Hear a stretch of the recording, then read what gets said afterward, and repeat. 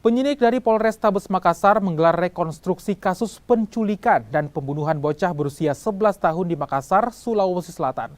Dalam rekonstruksi ini, pelaku melakukan 35 adegan, mulai dari pelaku merencanakan hingga jenazah korban dibuang.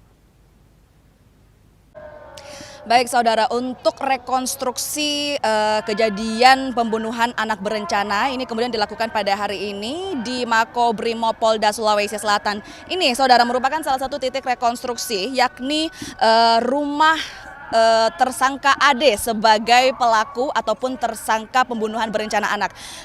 Untuk alur rekonstruksi ini saudara, pertama-tama tersangka kemudian membawa temannya menuju ke salah satu minimarket di dekat area Batuwaraya. Setelah itu dari kemudian ketika tersangka AD berada di depan minimarket menemui korban dengan mengiming-imingi korban dengan uang senilai Rp50.000 untuk membersihkan rumah tersangka.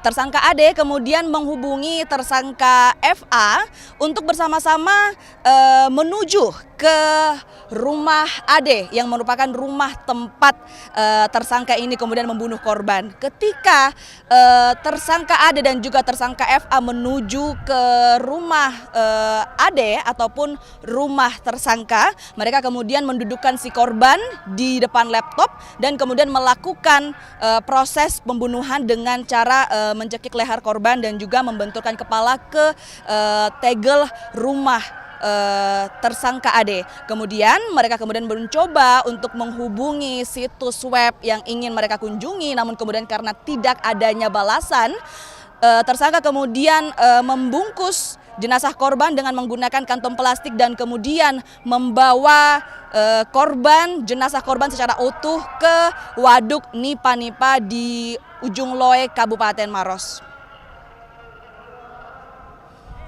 Dan setelah kemudian tersangka AD dan tersangka FA membuang jenazah korban secara utuh ke Waduk Nipa-Nipa, di samping Waduk Nipa-Nipa, tersangka AD dan juga tersangka FA kemudian kembali ke rumah tersangka AD dan kemudian berpisah kembali ke rumah masing-masing. Ada 35 adegan.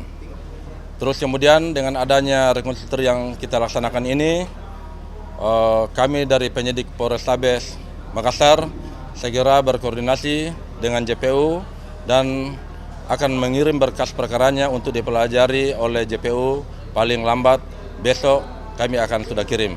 Setelah itu kami akan koordinasi dengan JPU selanjutnya untuk penanganan lanjutnya untuk diteliti karena ini pelakunya ada dua, satu dewasa, satu anak-anak, sehingga dalam penanganan perkaranya kami split, yang pelaku dewasa tersendiri berkasnya, kemudian pelaku anak tersendiri berkasnya, dan yang paling utama di sini adalah anak karena harus didampingi oleh lembaga peradilan anak. Pada saat korban selesai dieksekusi oleh kedua pelaku di rumah Adrian di Jalan Batuwaraya, korban utuh dibuang ke daerah regulasi Nipa-Nipa di Moncongloe.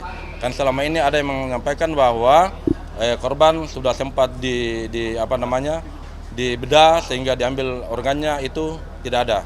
Jadi fakta baru, terus kemudian adanya perdagangan organ tubuh itu tidak ada.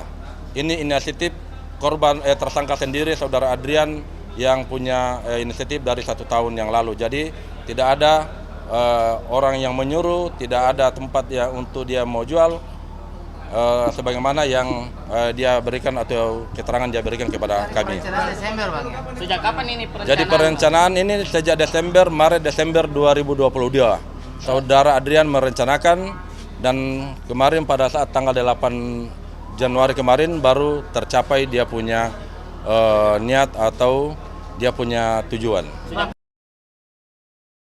Saya Linda Wirawan, Rama Pertama, Kompas TV Makassar.